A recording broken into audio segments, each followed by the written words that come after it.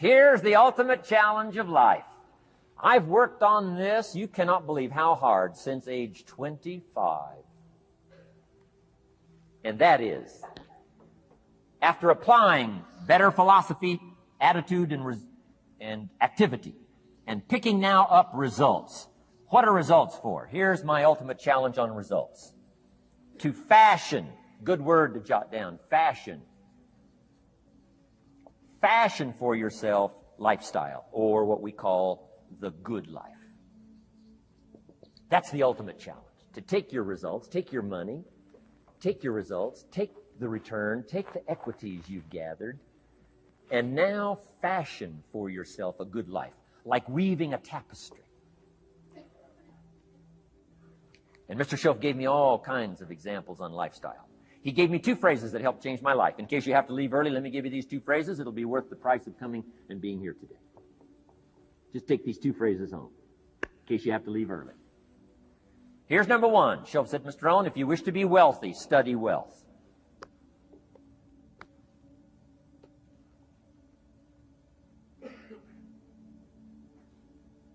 When he said that, I said, my gosh, I don't know anybody that studies wealth. Where am I going to learn it? He said, never mind, Mr. Rohn, now that you've met me, if you'll be with me for a while, he said, and if you'll commit yourself, he said, I will teach you. And he taught me. He taught me the books. He taught me the stuff. Changed my life. By the time I was 31, I was a millionaire. The man taught me well. If you wish to be wealthy, study wealth. If you were to show me your present economic plan, in a personal conversation between you and me, you say, Mr. Rohn, let me disclose for you my current economic financial plan for the future. Would I get so excited? I'd say, hey, I'm going to go across the country and lecture on your plan. And if the answer is no, Mr. Rohn, you probably wouldn't want to go across the country and lecture on my plan. Here's my question to you. Why not? Why wouldn't you have a superior, powerful financial plan that's taking you to the places you want to go?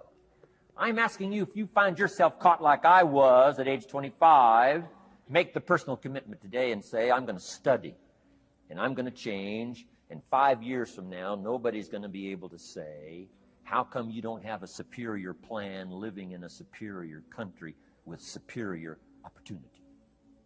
Nobody's going to be able to say that 5 years from now of me. If you'll make that commitment, I'm telling you, this will be one of the most exciting days of your life. Not because of my seminar. It'll be one of the most exciting days of your life because of your commitment to this simple little process I've outlined for you. Here was the second phrase. Mr. Shoaff said, Mr. Rohn, if you wish to be happy, study happiness. I didn't know happiness was a study. My best hope for happiness at age 25 was to just go through the day with my fingers crossed. Hoping somehow something would make me happy. Shoaff said, no, Mr. Rohn, happiness is not something you postpone. Happiness is not something off in the future. Happiness is something you design. You've got to get the word. Happiness is something you design. Happiness is a study. Happiness is a practice. Happiness is an art. It's not an accident. It's an art. And anybody that wants to can study, practice the art, happy living. Happiness is like culture. Money doesn't make you cultured, but culture is within the grasp of all of us. How much is a book on sophistication in the marketplace? $4,000? No, $40. I'm telling you, in America, everything's available. Everything's within reach. All you have to be is committed to it and make it a study. Culture is a study. Sophistication is a study. It's not an amount. It's not an account. It's a study. Money doesn't make you sophisticated and cultured. I know a guy that's rich. He's a clod. The guy's a clod. Eats with his elbow in his soup. I mean, he's just a clod. Nothing much more pitiful than a rich clod. I mean, it's a sad thing to see. Money doesn't make you sophisticated. Only study and practice makes you sophisticated. Only study and practice makes you cultured. And only study and practice makes you happy. Study and practice makes you rich. Key phrase, don't be lazy in learning. 1, how to do well. Next, how to live well. Don't be lazy in learning and practicing the art of economics, practicing the art of productivity, and practicing the art of lifestyle. Shoaff taught me in such simple terms. Shoaff said, Mr. Rohn, if you're getting your shoes shined, Shoe Shine Boy has done an exceptional job. You look down, you got one of the world's all-time great shines. And you pay him. Now, you got a little change in your hand. Question pops in your mind. Should I give him 1 quarter or 2 quarters as a tip from a neat shine? Here's what Shoaff said. If 2 amounts pop in your mind, always go for the higher amount and become the higher thinking person. That helped change my life. Here's what he said. Become a 2-quarter person.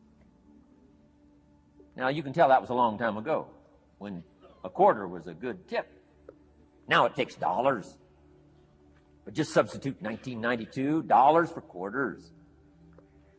Shoaff said, hey, if you are thinking 1 quarter or 2 quarters, and you say, well, no, I'll just give him 1 quarter. He said, that'll affect you the rest of the day. The rest of the day, you'll look down, see this great shine, you'll say, I got to be really cheap. 1 lousy quarter, tip from a shine. But he said, if you'll go for the 2 quarters, Shoaff said, you can't believe the extra happiness you can buy for just an extra quarter. That's called studying and practicing the art of lifestyle, which means living well. Money doesn't make you happy. Father wads up a $20 bill, throws it at his son, and says, if you need the darn stuff that bad, take it, just get out of my face. How sad, a father with money and no joy. He studied economics, but he never studied joy. I'm asking you to turn that around. Turn that all around. I did a seminar one time, St. Louis, Missouri. When I finished a seminar like this, a man walked up and said, Mr. Rohn, you've really gotten to me. He said, I'm going to change my philosophy. I'm going to change my attitude. I'm going to change my life. I'm going to change everything. He said, you've touched me today. And he said, you'll hear about me. You'll hear my story someday. I said, okay. Right? A lot of people, right, say things. Sure enough, a few months later, I come back to St. Louis, did another seminar. When I finished my seminar, I saw this man come walking up. I didn't remember his name, but he said, I'm sure you'll remember me as the man who said, I'm going to go make some changes. You've touched me today. I said, I do remember you. He said, I'm telling you, things are already happening for me. I cannot believe in just a matter of months. He said, one of the things I decided to change was my relationship with my family. He said, my wife and I have 2 lovely teenage daughters. Parents couldn't ask for any more beautiful, lovely daughters. And he said, I'm the only one that's given them trouble. He said, these daughters of ours have never given us any trouble. He said, I've usually been the one all these years, giving all the trouble and all the static. He said, my daughters love to go to the rock concerts, and I'm always giving them trouble. They have to beg me for the money. He said, I don't want you to go. You stay out too late. Music's too loud. You're going to ruin your hearing. You won't be able to hear the rest of your life. And he said, I just get on their case. And he said, they keep begging, keep begging. Finally, when they beg long enough, I say, all right, here's the money. If you have to go that bad, just go. So that's how I've been up until now. But he said, after I left your seminar, I decided to change all that, called lifestyle, living well. He said, you won't believe it. Not long ago, I picked up the newspaper, and I saw an advertisement, and I knew my 2 daughters, it was one of their favorite performers, was coming to town. He said, guess what I did? He said, I went down and bought the tickets myself and brought them home, put them in an envelope. And when I saw my daughters later that day, he said, I handed them this envelope, and I said to my 2 lovely daughters, you may not believe it, but inside this envelope are 2 tickets for the upcoming concert. They could not believe. And he also added, you'll be happy to know begging days are over. He said, now don't open the envelope till you get to the concert. They said, okay. So they go to the concert, come concert time, open up the envelope, hand the tickets to the usher. He says, follow me. And he starts down front. The girls say, hey, hold it. Something must be wrong. He takes another look, says, no, nothing's wrong, follow me. 10th row, center.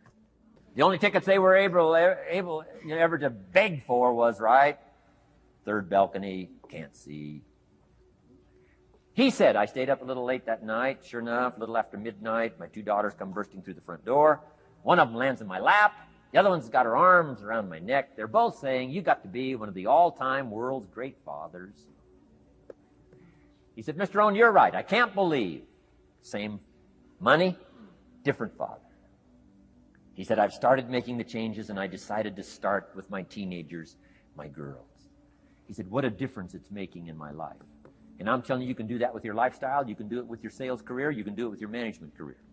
You can do it with any part of your life. If you're looking for equities unmatched, do not curse the only thing you have. Don't complain about the only thing you have, which is seed and soil, sunshine, rain, miracle, and seasons. But start changing and processing and evaluating things like we're covering today, and this process of change will take off for you.